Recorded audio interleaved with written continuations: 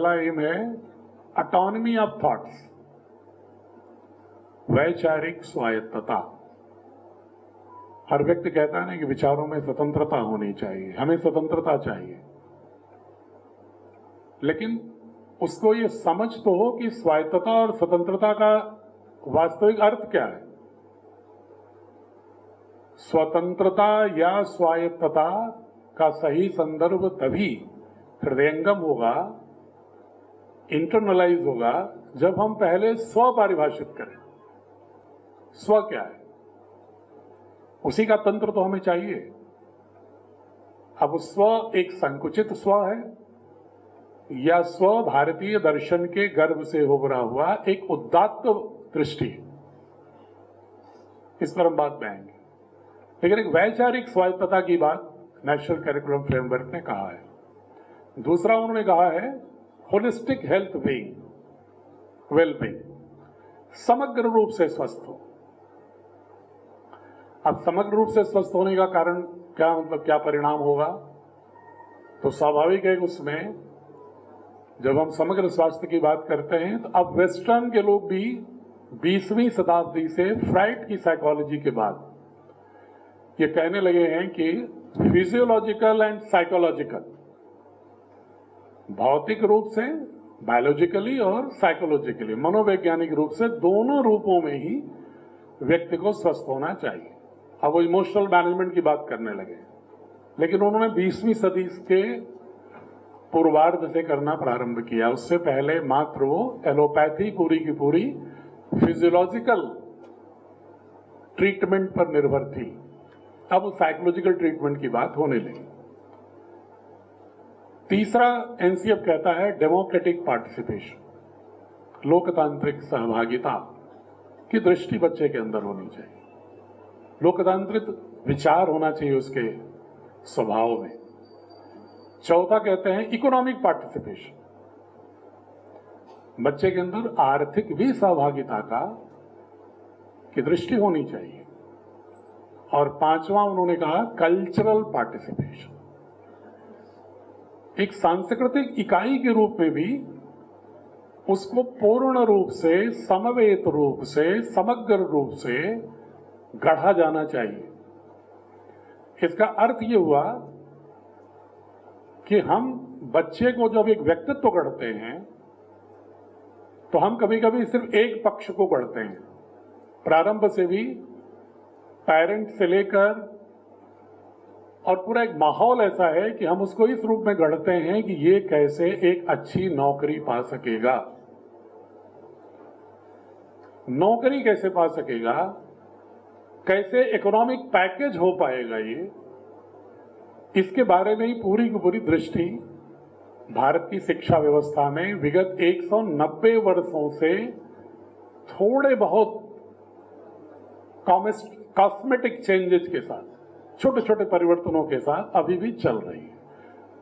और इसकी शुरुआत किसने की? जैसा जितेंद्र जी ने भी कहा, अभी पुष्कल भाई ने भी बोला कि जो मैकाले की इंडियन एजुकेशन एक्ट 1835 के तहत जिस तरह की शिक्षा पद्धति का ब्लूप्रिंट बनाया गया, वो ब्लूप्रिंट में कोई ऑर्गेनिक ट्रांसफॉर्मेशन नहीं हुआ।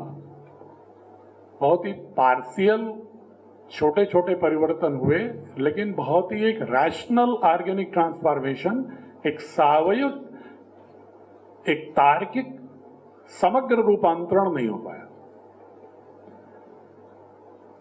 हम जब किसी का परिचय देते हैं कि आपका बेटा क्या कर रहा है, तो जवाब में ही आता है लोगों की ओर से कि इतने पैकेज में है।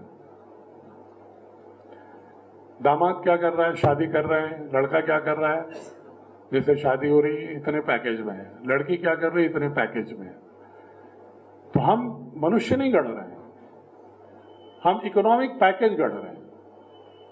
जो भी पुष्कल जी कह रहे थे ना कि परिवार टूट रहे हैं, परिवार में हम बच्चों को खो रहे हैं, उनको बहुत बड़े पदों के नौकर तो बना रहे हैं, लेकिन एक जीवन नहीं दे रहे हैं। आजीविका दे रहे हैं, जीवन नहीं दे रहे हैं।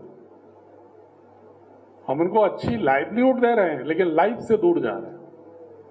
और मुझे नहीं लगता कि कोई भी भारत में ऐसा व्यक्ति है जो इस बात से चिंतित न हो कि बच्चों को हमें समृद्धि के साथ साथ संस्कार देना बहुत आवश्यक है।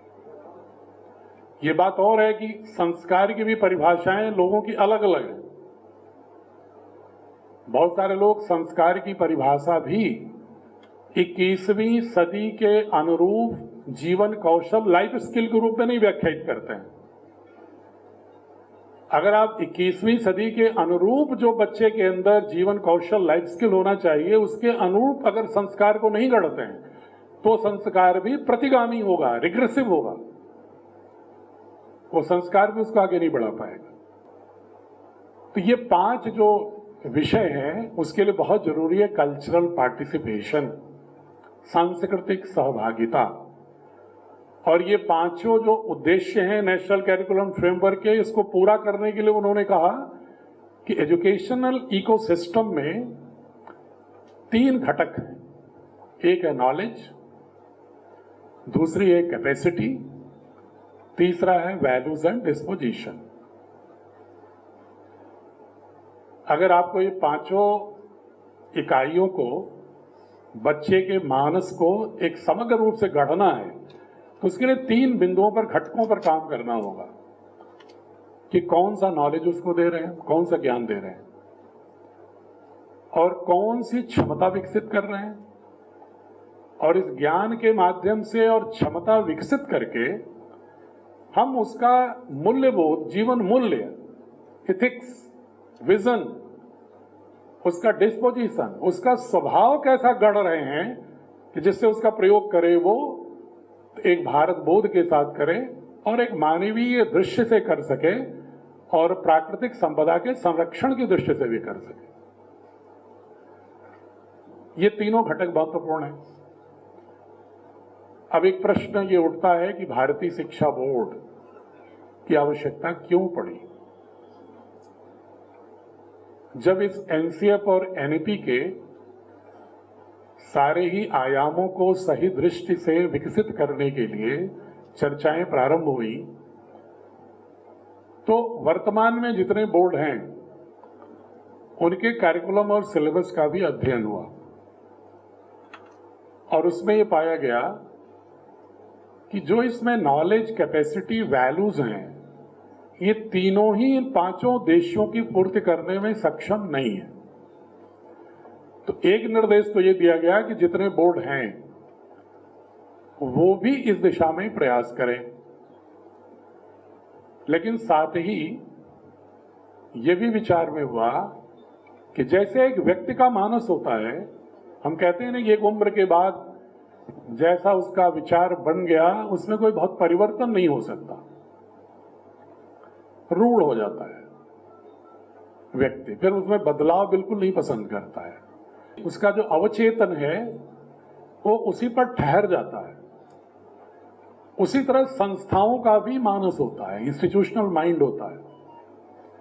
जिस संस्था का उद्भव जिस उद्देश्य और जिस परिवेश के साथ होता है उसकी जो एक जीवात्मा है, जो जिसके तहत वो पूरा खड़ा हुआ है, उसका इंफ्रास्ट्रक्चर, वो बदलना भी चाहता है तो उसमें बहुत ही समग्रता के साथ होलिस्टिक ट्रांसफॉर्मेशन की क्षमता शायद नहीं होगी। ऐसा मैं नहीं कह रहा हूं, ये केंद्रीय शिक्षा मंत्री जी श्रद्धेय धर्मेंद्र प्रधान जी का अगर एक वक्तव्य शायद अगर सुनाया हो जया जी ने तो ठीक है, लेकिन नहीं सुविधा होगी तो कोई बात नहीं, आप इन लोगों को भेज दीजिएगा व्हाट्सएप पर। उन्होंने ये बोला कि माननीय प्रधानमंत्री जी ने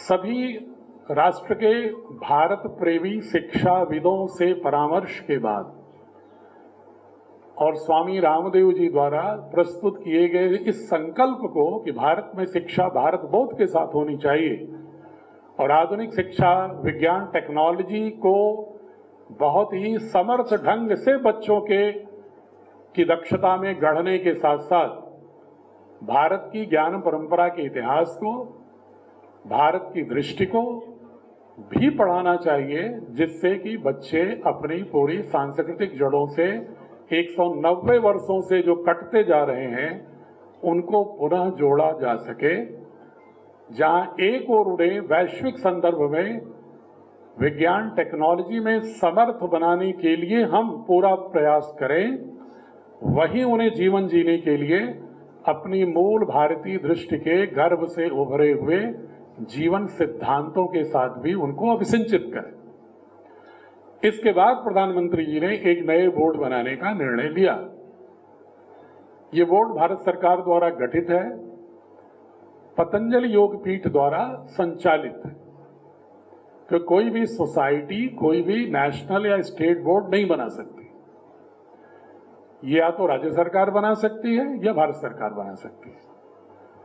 तो इसको भारत सरकार ने बोर्ड को बनाया एक मॉडल बायलॉज के तहत, और उन्होंने एक्सप्रेशन ऑफ इंटरेस्ट जारी किया कि कौन सी ऐसी संस्था है जो इस उद्देश्य को आगे बढ़ाने के लिए बिना किसी लोभ के अपने लाभांश को या अपने धनराशि को भारतीय शिक्षा की इस अभियान में व्यय करने को तैयार है, और उसको क्या भारत की ज्ञान परंपरा को आधुनिक विज्ञान के प्रकाश में आगे बढ़ाने का कोई अनुभव भी है या नहीं है। ये दो तकनीकी और वित्तीय दोनों बिंदुओं पर ईवाई हुआ। उसमें कई संस्थाओं ने प्रतियोगिता में अपने ऑफर प्रस्तुत किए थे। भारत सरकार ने केंद्रीय शिक्षा मंत्री की अध्यक्षता में समीक्षा करने के बाद पतंजलि योग पीठ को तकनीकी और वित्तीय दोनों रूपों में सक्षम मानते हुए स्पॉन्सरिंग बॉडी के रूप में पतंजलि योग पीठ को घोषित किया। इसमें आधे मेंबर लगभग भारत सरकार के हैं नॉमिनेटेड, और आधे मेंबर स्पॉन्सरिंग बॉडी के। इसमें दोनों तरह के सदस्य हैं, जहां पर इसमें डायरेक्टर एनसीईआरटी भी सदस्य हैं, इसमें चेयरमैन सीबीएसई भी सदस्य हैं, इसमें भारत सरकार द्वारा नामित 5 केंद्रीय विश्वविद्यालयों के कुलपति सदस्य हैं, इसमें Kanpur IIT, Mumbai IIT, Chennai IIT, Guwahati IIT के अनेक ऐसे विज्ञान के और गणित के विषयों के, कंप्यूटर के विषयों के प्रोफेसर्स और निदेशक, जिनको पद्मश्री उनके क्षेत्र में उपाधि दी जा चुकी है राष्ट्रपति महोदय के स्तर से, उनको भी सदस्य बनाया गया है। इसमें हायर एजुकेशन के यूजीसी के एक एक्स चेयरमैन को भी सदस्य बनाया गया, और भारतीय प्रशासनिक सेवा का अनुभव होने के कारण उन्होंने कहा एक अधिकारी प्रशासनिक सेवा का भी रखा जाए, क्योंकि नया बोर्ड खड़ा करना है तो संगठनात्मक रूप से अनुभव होना चाहिए खड़ा करने का, और विभिन्न राज्यों से, विभिन्न मुख्य सचिवों से, विभिन्न नियमों के साथ खड़ा करना होगा, क्योंकि शिक्षा कॉन्करेंट लिस्ट में है, ये समवर्ती सूची में है। केंद्र सरकार भी इस पर नियम बना सकती है, राज्य सरकार भी बना सकती है। तो कोई भी अगर राष्ट्र बोर्ड खड़ा हो रहा है भारत सरकार के आदेश से, तो सभी राज्यों के शासन से भी इसकी कॉन्करेंस, सहमति जारी कराते हुए इस बोर्ड को पूर्ण वैधानिक घोषित किया जाना, इसके लिए प्रयास करने के लिए एक प्रशासनिक अनुभव की भी आवश्यकता है।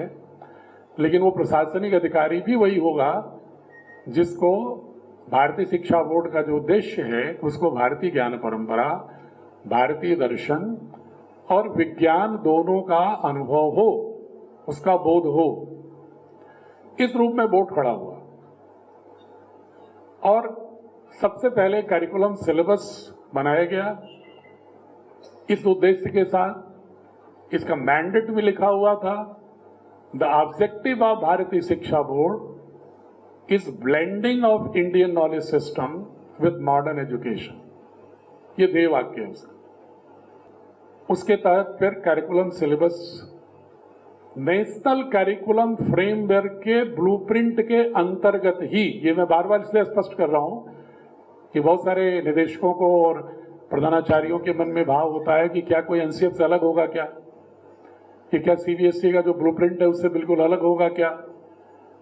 अलग नहीं होगा बिल्कुल, क्योंकि जो कॉम्पिटेंसी किसी भी हायर एजुकेशन में प्रवेश के लिए 12वीं तक आवश्यक है, जो कॉम्पिटेंसी आपको जेई नीट या सीयूईटी में परीक्षाओं के लिए आवश्यक है, या जो ज्ञान आपका बच्चे को इस स्तर तक देना आवश्यक है कि वो बाद में वैज्ञानिक भी हो सके, भौतिकी के क्षेत्र में, रसायन के क्षेत्र में, गणित के क्षेत्र में, समाज विज्ञान के क्षेत्र में, कला के क्षेत्र में, साहित्य के क्षेत्र में आविष्कारक हो सके, नॉलेज क्रिएटर हो सके।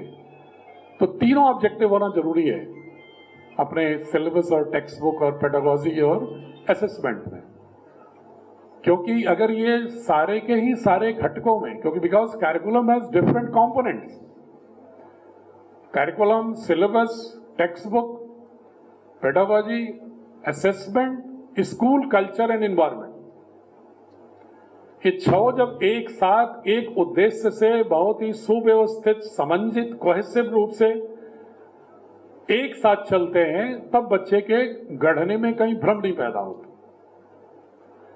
वरना स्थिति होती है कि आपके जो परीक्षाएं होती हैं बोर्ड की, जो एक कैरिकुलम और सिलेबस में knowledge, capacity, values and disposition, अब तीनों हमारे भारतीय शिक्षा बोर्ड का भिन्न कैसे है? एक मैंने कारण ये देखा कि हमारे जो विद्यालयों में या जो टेक्स्ट बुक चलती हैं या जो भी कैरिकुलम सिलेबस चलते हैं डिफरेंट बोर्ड के, पुस्तक होती है, विषय अलग पढ़ाया जाता है और इथिक्स अलग पढ़ाई जाती है। आजकल जो बहुत ही महंगे स्कूल हैं वहां तो इथिक्स के नाम पर अलग से बहुत ही एक एडिशनल फी बेस्ड अलग से फीस लेकर के बहुत ही कस्टमाइज इथिकल नॉलेज देने की बात करके, तो बच्चों का घंटे भी अलग व्यतीत होते हैं। बच्चे के पास तो उतना लिमिटेड पीरियड है। एनसीएफ तो कह रहा है कि आप ज्यादा से ज्यादा 6-7 घंटे पढ़ाओगे, और उसमें अब उन्होंने नए 40-45 की बजाय 50 मिनट्स का पीरियड रख दिया। 9वीं-10वीं में उन्होंने 8 करिकुलर एरिया निर्धारित कर दिया। अभी तो 6 विषयों से काम चल रहा था, अब उन्होंने कहा 11 विषय होंगे।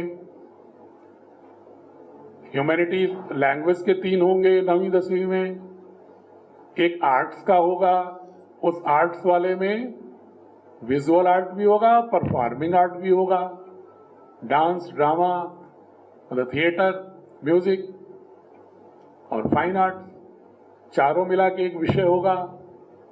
एक फिजिकल एजुकेशन का होगा, एक वोकेशनल एजुकेशन का होगा, कि 4 आयाम मिलकर के 6 विषय हो गए। फिर उन्होंने कहा कि इसके बाद सोशल साइंस होगी, जिसमें economics, geography, political science, history एक साथ होगी। फिर उन्होंने कहा एक साइंस होगी जिसमें फिजिक्स, केमिस्ट्री और बायोलॉजी होगी।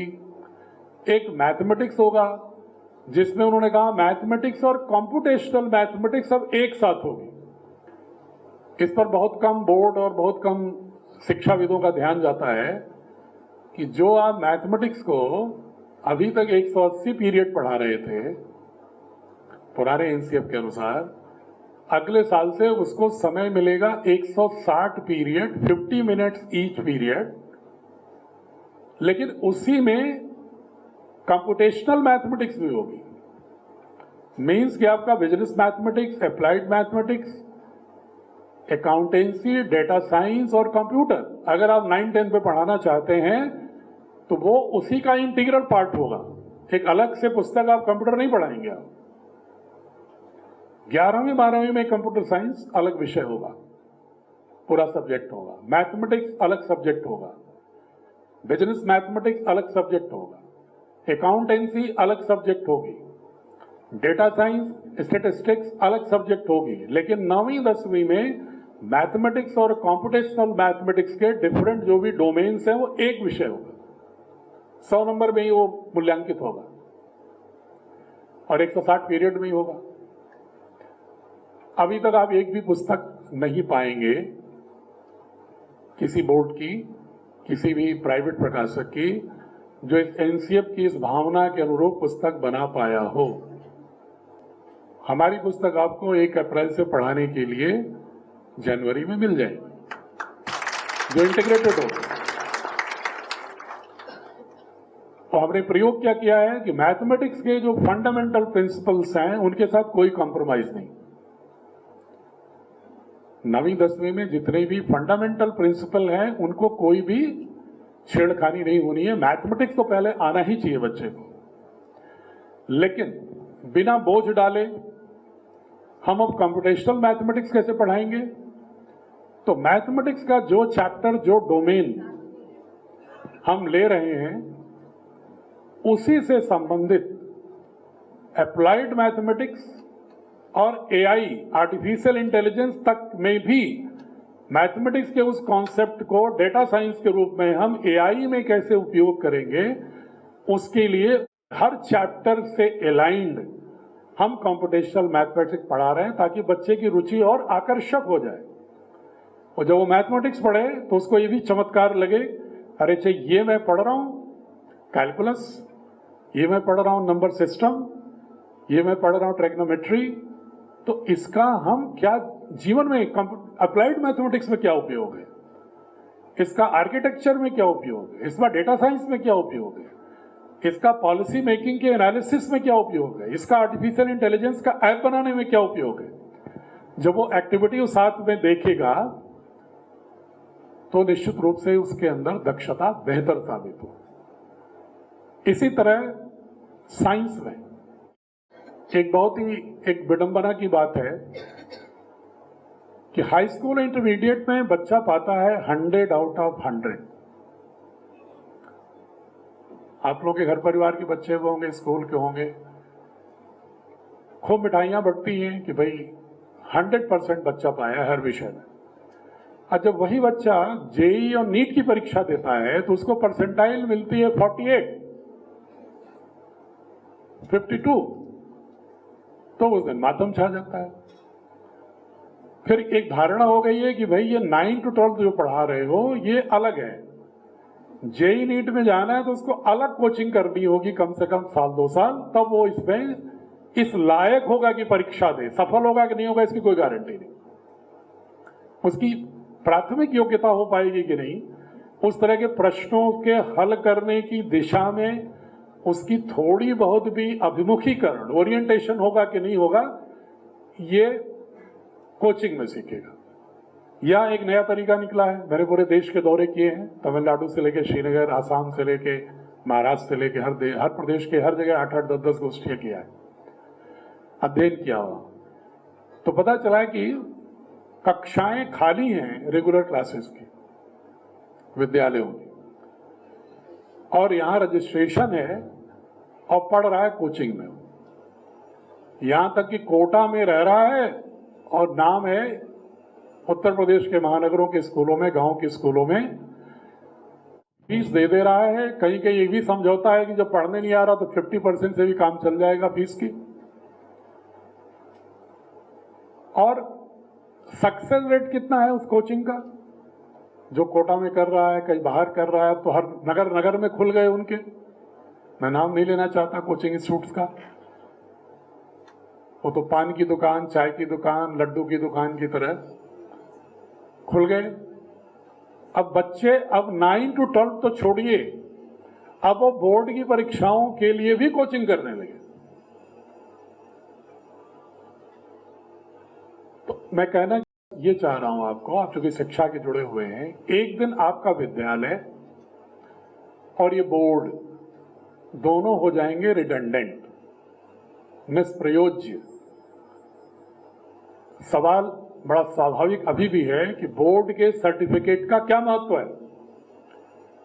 बोर्ड के सर्टिफिकेट में बच्चा ना तो किसी विश्वविद्यालय में अच्छे प्रवेश पा सकता है, उसके लिए सीयूटी एग्जाम दे। बोर्ड के जो सर्टिफिकेशन है, आपकी मार्कशीट है, उसके आधार पर ना तो किसी इंजीनियरिंग में जा सकता है, वहां कॉम्पिटिटिव एग्जाम देना है। तो ऐसा हमने अपनी पेडागोजी, टेक्स्ट बुक और असेसमेंट का मोड सारे बोर्ड ने इस तरह बना दिया, और नीट और जेई के लोगों ने जो प्रश्न पत्र तैयार किए, दोनों में इतना बड़ा अंतराल पैदा कर दिया कि बच्चों के ऊपर गहरा बोझ लद गया।